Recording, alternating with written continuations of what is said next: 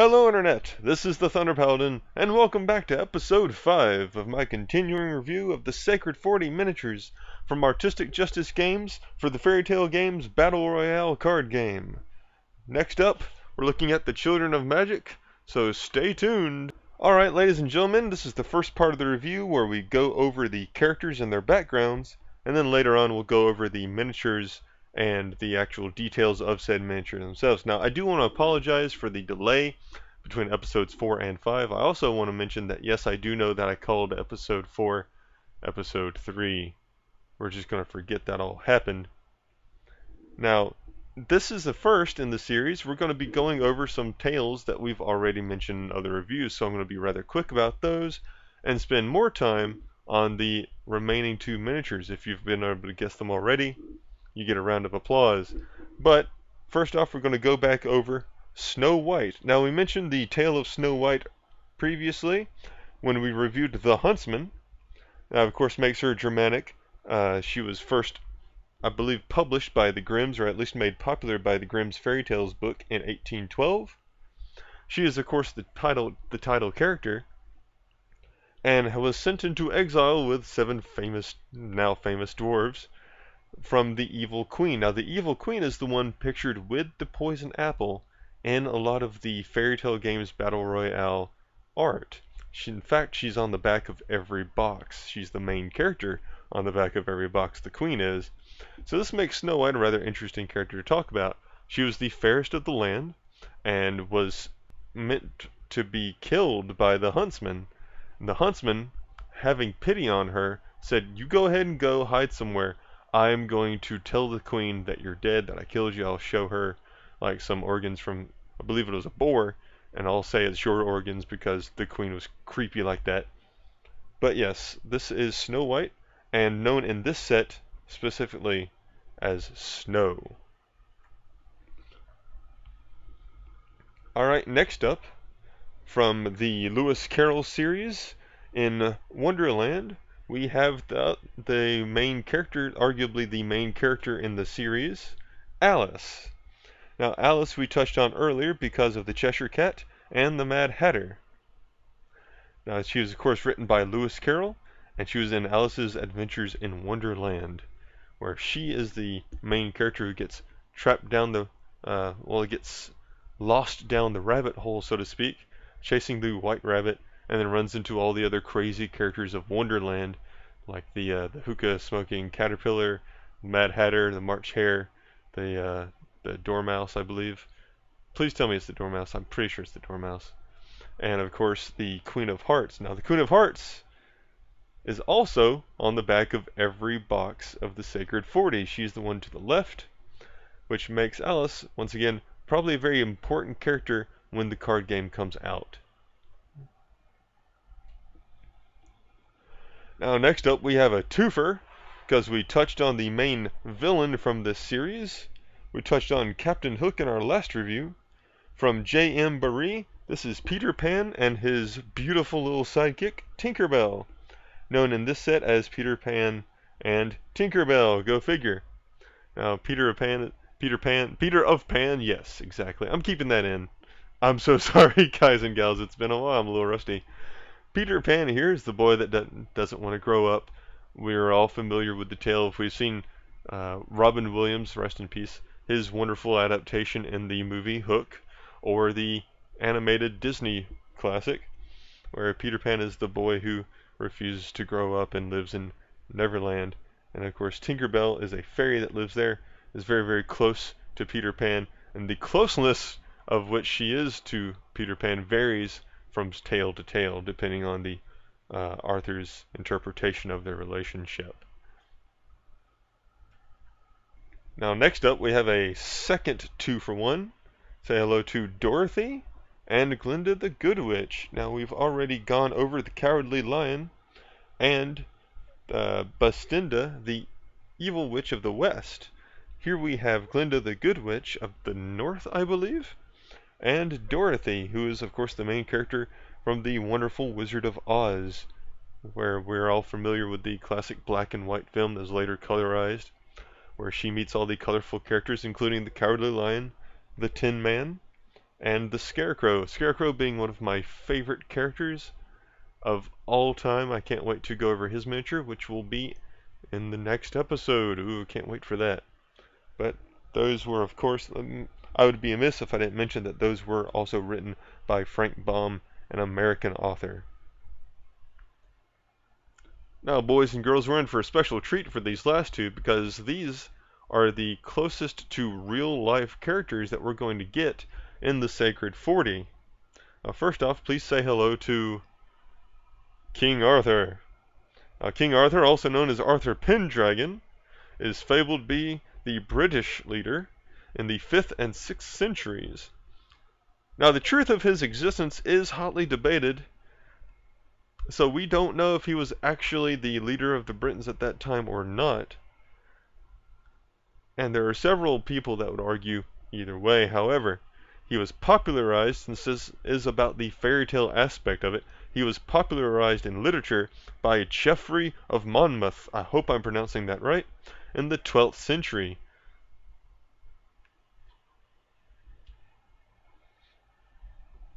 Now, last, but certainly not least, please say hello to a very important historical figure in my country, the United States of America, Miss Pocahontas.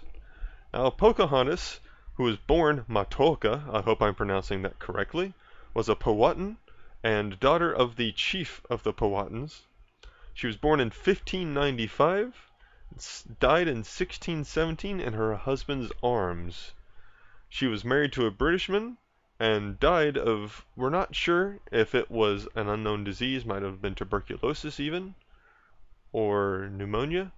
She might have actually been poisoned, but her married name, the name that she died with, was Rebecca Rolfe, because she was married to John Rolfe. Now, we're not entirely sure if she was in a romantic relationship with John Smith or not, but she is famous for saving his life. He was captured by the Powhatan tribe, her tribe, and she was able to convince her father, the chief, to not kill him. Not only that, but she took a big part in saving many lives and bringing a lot of joy to Jamestown, one of our founding settlements here in the United States. She'd bring supplies and shipments of food. This is documented. She is the most factual in this Sacred 40 set. She actually existed. We have well documented proof of this. That makes her very, very unique. She's also known, and I have to admit this is really kind of cool to me, as being one of the first converts of the Powhatan tribe, of any tribe, to Christianity. And that was big. That staved off a lot of aggression because of the Christian prevalence of the time, and it was able to show the, they didn't know any better, to be honest. They were able to show the early settlers that these people were human too, and it helped humanize the Native Americans. Unfortunately, we all know what happened in the long run, but I like to think that Pocahontas was an amazing character, and I'd love to learn more about her. I'm going to research her more. What I learned very early on in this review, I can't wait to delve more into it. But there we have it. Alright, ladies and gentlemen, let's go ahead and get started with the meat and bones of the review. We're going to go over the miniatures. We're going to start again with Snow. Now, Snow here, she has a lot of the classic Snow White look from the Disney version, but a little bit of maturity, adulthood mixed in. Now, she has the dress, but it's much shorter now. It's a skirt. She's got the puffed collars here, but she's been in a little bit of combat, so she's got one that's been dislodged from her shoulder, it's been ripped off. But she still has the bow in her hair, and she has the corset on. Now, she has an interesting cut of boot. Her boots are almost a cowboy cut. That's an interesting decision. Now, again, with all the humans, I'm going to be talking to, I won't try to repeat this too much, but with all the humans, they've done a lot of good work putting in the detail on their clothing. That's the same is true for her hair. Now, she has probably the most detailed hair in the set. Very, very small lines, all compact, but not looking too busy. It looks very natural. And she's wielding these two blades. Now, the only complaint I have with this miniature are that the blades don't look very appealing to me. that secondary barb coming off the back of the blade doesn't seem to serve much of a purpose. Now maybe if you turn it around I can see it kind of being a sai weapon, kind of like a sword catching weapon. I'm not sure, it just doesn't do it for me. But that being said, it is at least unique. Now secondly, we have Alice. Alice here has the same pose as she does in her revealed card art.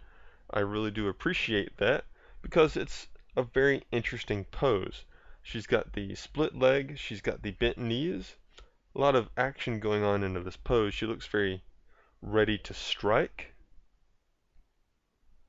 Now she's got the large axe, which for a small character is kind of insane really, but you know, we're all a little insane in Wonderland. Speaking of which, I find it kind of amusing that the Wonderland character has mushrooms on her basing.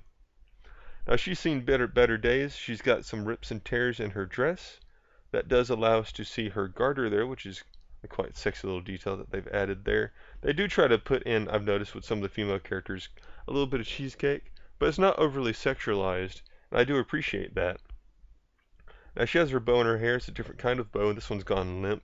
She does seem to have seen more combat already than Snow has. Now the axe, I have to think that this axe is the executioner's axe from the Queen of Hearts court. I think that's really, really cool that they put that in there. And she's got this movement in her dress I like because you can tell she's kind of getting into a stance to go into combat. And the dress, I don't really know how to describe it. I'll try to though. Where the dress has this, it's kind of, you know, instead of being completely round, it's got this curve back on the sides like she's moving forward. And I like that they took the time to capture movement in all of their miniatures. Now first in our Neverland duo, here we have Tinkerbell. Tinkerbell has a very unique set of wings here. It's not like the traditional bug-like or insect-like or butterfly-like wings that you'd see on a fairy. It's got this very primal, almost plant-like quality, almost like leaves coming off of her. And she's supported by these wings. Now from a sculptural viewpoint, that's pretty cool. It's not the first time I've seen it, but I really do like that her wings are keeping her up. Her feet aren't even touching the ground. And I like that for a flying character when they're able to find some kind of little gimmick to keep their legs off the ground. I really, really like that in flying characters. Her hair is done up in these buns. She's got a little bit of hair framing her face. And she's got these little daggers. That's kind of frightening. Imagine that little sprightly, small, fast character going right for your eyes with these little sharp daggers. It's kind of crazy. I like the little bell curve that they have in her skirt. It's a classic thing that they've done for Tinkerbell several times. I keep wanting to call him like Tinkerbell, like my brain just refuses to function right now. But she also has some mushrooms here. I believe those are mushrooms on her basing. And those are the only two characters that I know of in this 40 to have anything like that. Her and Alice. Now she has pointed toes, but she does not have high heels. And there are some holes here in her wings, which I have to wonder if those are naturally occurring, or if maybe it shows that she's been in kind of like a gunfight situation with some of the Neverland pirates. I like to think that. Up next in our duo, we have Peter Pan. Peter Pan in a very free pose here. Now that's the best way I can describe this pose. I've been trying to think about it, and that's the best way for me to describe it is free. Peter Pan here just looks free. He has no restrictive clothing. His arms are open. He has shorts on. His legs are open. Let me double check here. Yeah, he's even barefoot. He's completely barefoot. He's pushing off into the wind. He's got this wild, unkept, windswept hair. He's got the wind pulling back all the the tassels on his arms there, and he's just pushing off from the cliff. And from every angle, I just love the motion here. It's one of those iconic Peter Pan images of him pushing off into the wind like that. I really, really like it. Some interesting rock work done here. And just go ahead and get a good look at that necklace that he has in the front. Now, it's not mentioned in the movies much, or much media recently that I know of, but in the original stories he did have an Indian girl that he spent a lot of time with. I cannot remember her name, please remind me in the comments.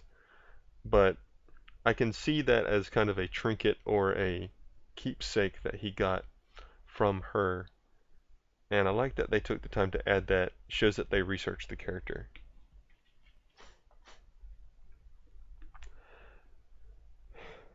Now, part of our second duo here, we have Dorothy from the Land of Oz. Well, she's not from the Land of Oz. Now, starting from the ground up, I love that they put her on a brick road so that you can put her on the yellow brick road.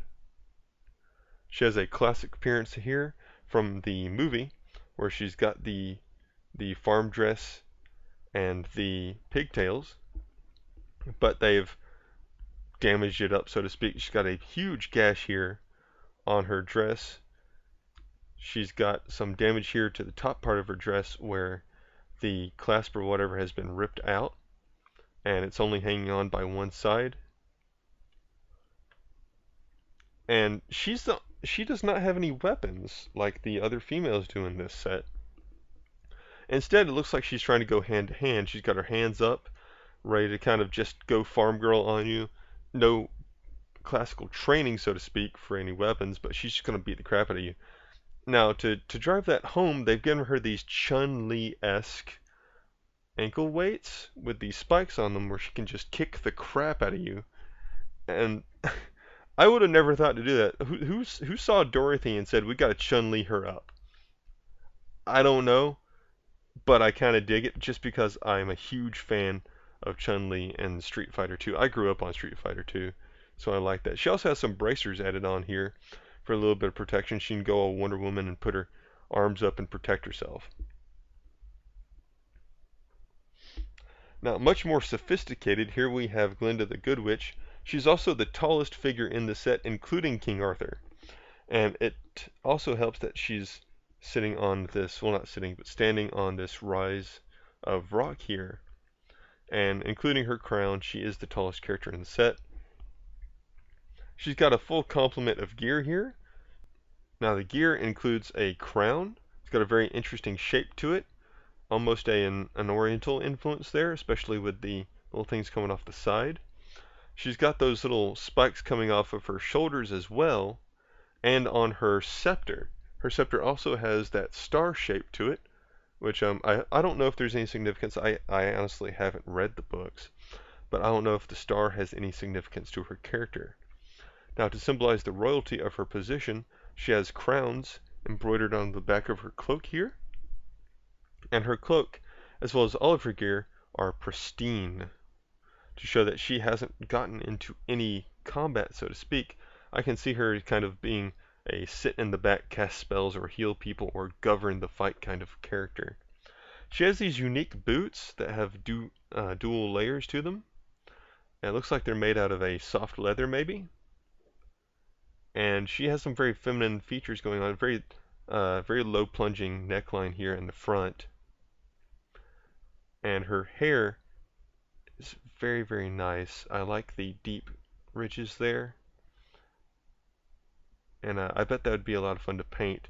Now, the folds in her cloak are a lot more wide apart than in other characters to show that it's maybe a thicker material.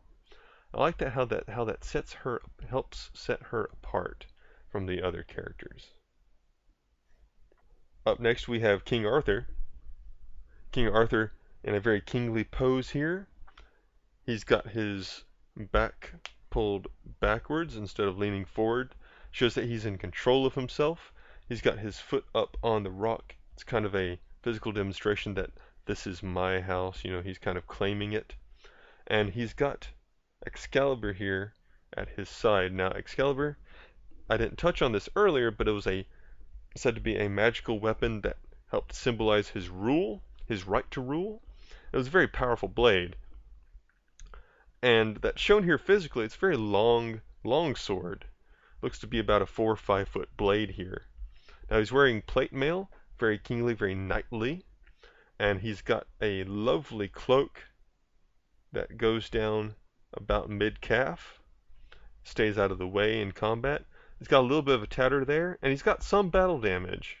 The sword doesn't have any dents or dings in it, which makes sense, but the armor itself has some slashing here in the torso and lower down here near the crotch.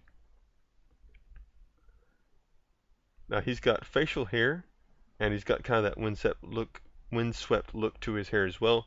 And it looks kind of unkempt, but makes sense if you think that he'd possibly be wearing a helmet half the time. I do like that fur detailing on the top of the cloak there. And I love the posing. I cannot wait to paint this character. I really do like this miniature. Now last but not least, here we have Pocahontas. Now Pocahontas being the smallest figure in the set because of the posing that they had her on. She's crouched down. She's very in touch with nature here. She's in longer grass than the other characters are. Kind of primal Native American look there. Let me go ahead and... I've got some interlopers here in the background. I'm sorry.